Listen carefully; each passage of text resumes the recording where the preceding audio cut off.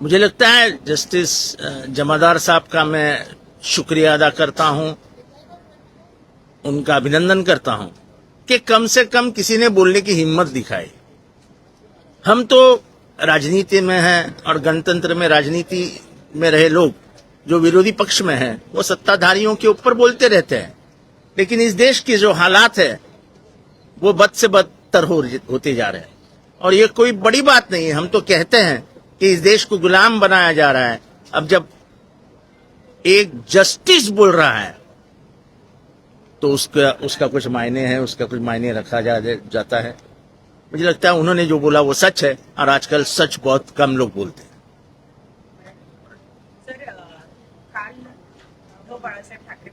हे पहिलं घ्या ना, हेच जस्टिस जमादार यांचं जे वक्तव्य आहे त्या वक्तव्याकडे तुम्ही कसं पाहता? मी जस्टिस जमादार यांचं मनापासून अभिनंदन करेन की या देशात बोलणारी लोक कमी आहेत आणि त्यातल्या त्यात खुर्चीवर बसून बोलणं हे आता अशक्यप्राय गोष्ट झाली आणि त्याच्यात जस्टिस जमादार म्हणतात की या देशातल्या लोकांना, या देशातल्या जनतेला गुलाम बनवलं जातंय. जे आम्ही बोलतोय ते जस्टिस जमादार बोलतात आणि त्याच्यामुळे देशाची परिस्थिती जाणून एखादा माणूस जेव्हा टिप्पणी करतो किंवा आपल्या खुर्चीवरनं बोलतो, जी खुर्ची अत्यंत महत्वाची आहे, संविधानाची प्रतिष्ठा आणि संविधानाचं रक्षण करणारा माणूस जेव्हा हे बोलतो तेव्हा त्याच्या समोर संपूर्ण चित्र असतं आणि ते चित्र संक्षिप्त हे करत तो हे शब्द उच्चारलेत त्यांनी. त्यांचं मनापासून अभिनंदन की तुम्ही सत्य बोललात. अरे थांबा ना, हे संपू द्या ना. त्याचबरोबर राम मंदिराच्या मुद्द्यावर आपण नाही, असं आहे की प्रत्येक दान ज्यांनी केलेलं आहे, राम मंदिराला ज्यांनी दान केलंय त्यांनी पोलीस स्टेशनला जाऊन 0 नंबरवरनं FIR करायला हवी. आता मी काही दान केलं होतं, जर राम मंदिरावरनं ते चोरीला गेलंय तर मी आज सहज विचार करत होतो वाचता की मी कुठल्या तरी पोलीस स्टेशनला जाऊन, म्हणजे माझ्या घरच्या जवळ पोलीस स्टेशनला जाऊन FIR करायला हवा की मी दान केलं होतं, माझं कुठे आहे सोनं ते सांगा. अरे या देशामध्ये रामाच्या नावावर राजकारण झालं, रामाच्या नावावर सत्ता मिळवली तर रामाचं सोनं घेऊन पळून जाता तुम्ही, तर रामाची देणगीच पळवली जाते आणि आम्ही काहीच बोलायचं नाही, कोणीच काही बोलायचं नाही. अरे कसं चालेल आहे? मी एक इतकंसं सोनं, म्हणजे त्याला आपल्या लहानपणी आपली आजी बोलायची, त्याला काय तो 1 अंश नाही, काय त्याला तो शब्द ग्राम पण नाही हो, 1 तोळा पण नाही, मराठीत मस्त शब्द आहे, मस्त शब्द आहे, मला आठवत नाही. पण समजा 1 तोळा सोनं मी दिलेलं आहे, माझा अधिकार आहे रामावर, माझा अधिकार आहे त्या सोन्यावर. ते सोनं कुठे मला सांगा. हे चोर, हे भ्रष्टाचारी, यांनी रामाला विकून 40 वर्षानंतर रामाच्या नावाने सत्ता घेतली. त्या रामाचे सगळे अंगावरचे दागिनेच घेऊन पळून गेले, नशीब कपडे ठेवलेत.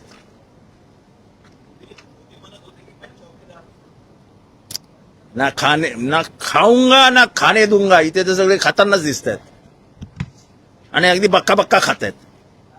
मुंबईमध्ये आता जी परिस्थिती निर्माण झाली आहे त्या परिस्थितीमध्ये म्हणजे लागोपाठ 2-3 दिवस ज्या पावसामुळे घटना घडल्या त्या पार्श्वभूमीवर उपमहापौर यांनी अश्विनी भिडे ज्या आयुक्त आहेत त्यांच्या राजीनाम्याची मागणी केली.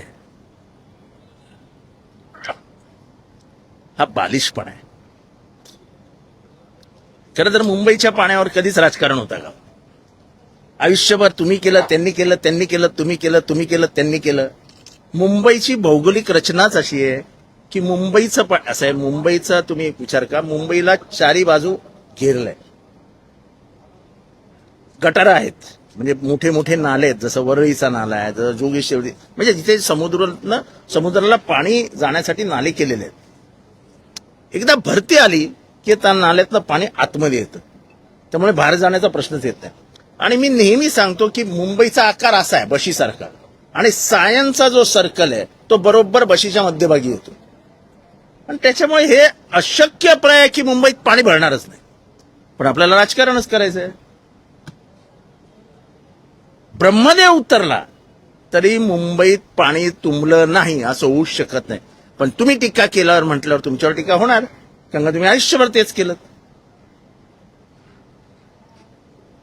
अमरापूरकर मेले, डॉक्टर अमरापूरकर वाहून गेले, केवढं मोठं राजकारण झालं. एक गरीब माणूस काल वाहून गेला, कोण बोलायला तयार नाही हो. कारण का या देशात गरिबांची किंमतच राहिलेली नाही. मरताय मरू द्या सगळ्यांना, काय फरक पडतो आपल्याला. टाळ्या मारतात लोक, देत टाळी. ज्या पद्धतीनं अश्विनी भिडे यांच्या बालिशपणा राजकीय प्रगल्भता नसलेली लोक राजकारणात वरती गेली की अशी बावळटासारखी वागतात. अश्विनी भिडे अश्विनी भिडेंचा काय संबंध? अश्विनी भिडेंचा काय संबंध? का त्या नाल्यात उतरणार आहेत?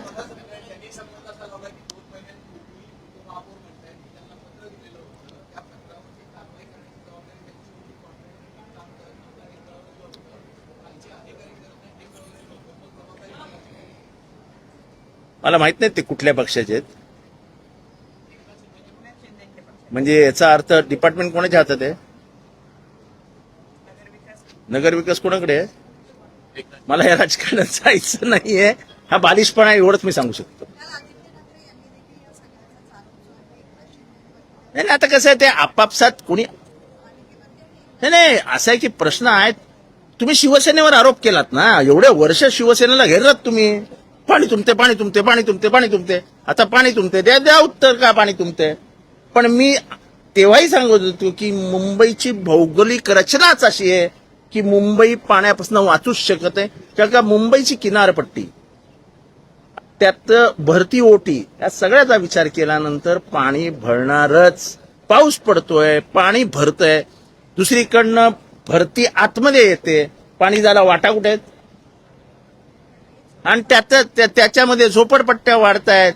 तुम्ही नवीन नवीन बिल्डिंगी बांधताय, 70 मजल्याच्या बिल्डिंगी बांधताय. इन्फ्रास्ट्रक्चर नाही, काय नाही. डीसीपीआर 8चा FSI, 9चा FSI, 10चा FSI, नंतर 100चा FSI जाहीर करतील. अभी पैसा ही खाने का है तो बढ़ाओ बिल्डिंग, मरने दो मुंबई को, साले को. उद्धव ठाकरे यांना पुन्हा एकदा रामाची आठवण झालेली दिसते. त्यांनी महाआरती करायला सांगितलेली आहे. हे बघा, रामाची आरती, तसं राम मंदिराचं नावच उद्धव म्हणजे ठाकरे कुटुंबियांवर आहे. जेव्हा राम मंदिर पडलं तेव्हा आम्ही शिव्या देत होतो की हे व्हायला नको होतो. तेव्हा एकच माणूस मर्दासारखा बाहेर आला आणि सांगितलं होय माझ्या पोरांनी तोडलं.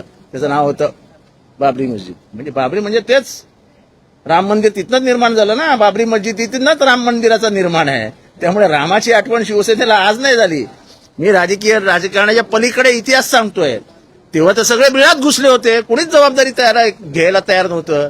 तेव्हा बाळ ठाकरे म्हणाले हो आय एम प्राऊड, मुझे गर्व है की मेरे लडकियों ने किया. तेव्हा त्यांना अधिकार आहे ना. तुम्हाला तर अधिकारच नाही रामाचं नाव घ्यायचं. तुम्ही पळून गेलात. पळून म्हणजे जसं ओबीसीचं राजकारण होत होतं तेव्हा ओबीसीच्या विरोधात सर्वात आक्रमक कोण होतं? आरक्षण मिळू नये भूमिका कोणाची होती?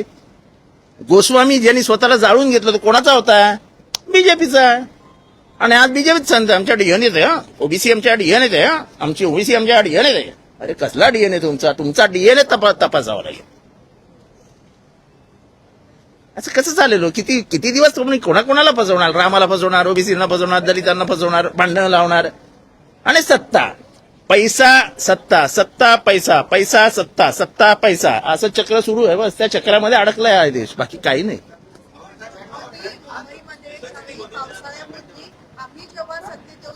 हा, तुम्ही या सत्तेत या, मग आपण याच्यावर चर्चा करूया.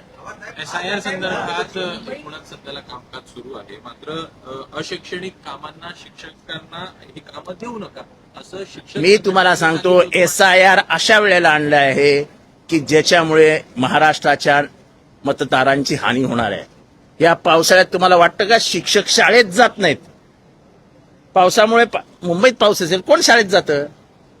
तुंबलेल्या मुंबईमधनं चालत कोण शाळेत जातं का? अशा वेळेस मुंबईच्या झोपडपट्ट्यांमध्ये शिक्षक जाणार आहेत का मतमोजणी करायला? कुठे राहता हो तुम्ही? तुमच्या घराचा पत्ता द्या असं विचारायला जाणार आहेत का?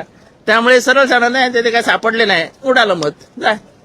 SIR हे फक्त मत कमी करण्याचं, गरिबांची मतं उडवण्याचं मस्त रचलेलं कारस्थान आहे. आणि त्यातल्या त्यात ही मतं इथले ज्या जाती जमाती आहेत, विमुक्त, भटक्या, ज्यांच्या आयुष्यभरात ते एक झोपडी नाही स्वतःची बांधू शकले, त्यांची कुठनं मतं येणार आहेत? आता माझ्या समाजाची माणसं, वंजारी, ही जी बीड, परभणी, हिंगोली या भागामध्ये राहतात, त्या आयुष्यातले 8-8 महिने कुठेतरी ऊस कापायला जातात. कुठलं आलं त्यांचं परमनंट घर? शिक्षणाचे वांदे. कारण का तुम्ही आम्ही कोणीही बोललं नाही नाही यांना भीती वाटते मुसलमानांची मतं जाणार आहेत. अहो हिंदूंचे सर्वात जास्त मतं जाणार आहेत. इथल्या किती दलितांची घरं आहेत स्वतःची, ते कशाला राहायला आले असते धारावीमध्ये? काही शेती नाही, राहायला जागा नाही, इज्जत नाही, मान नाही, सन्मान नाही. त्यापेक्षा मुंबईत जाऊन झोपड्या बांधूया आणि रस्त्यावर राहूया. ह्याच्याने ते आले आपल्या मुंबईत. आता त्यांचे तुम्ही सांगणार की तू 2002ला तू मतदान कुठे केलं होतं हे सांग बरं. तू कुठनं सांगणार? उडाला ते जमत जा. काय करणार तुम्ही? SIRचा स्पष्ट अर्थ असा की जे आम्हाला मतदान करतील ते मतदान यादीत राहतील, ते आम्हाला कळणार नाहीत ते मतदान यादीत राहणार नाही. एवढ्या सगळ्या हे लायकात तर लागत नाहीत बातम्या. उगाच माझ्या इथे बडबडून माझा घसा सुकू नका.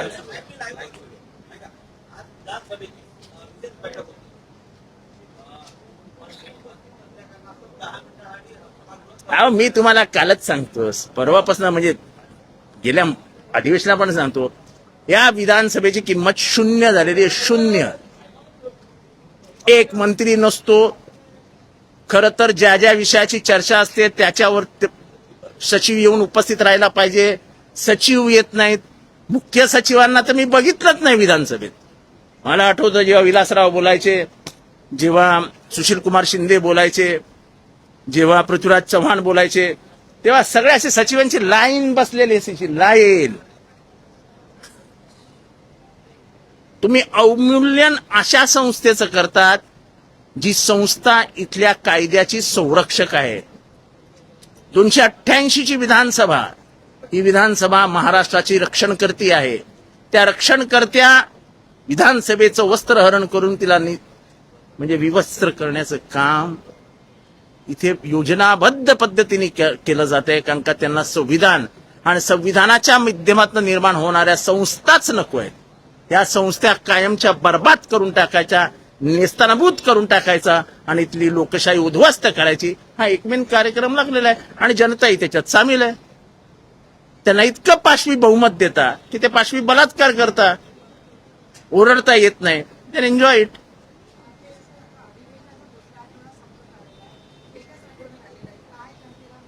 काहीही मिळणार नाही जनतेला. फक्त आश्वासने मिळतील. 50,000 कोटी, 60,000 कोटी, 80,000 कोटी, कोट्यानी कोटीची उड्डाणं चालू आहेत. उडत आहेत.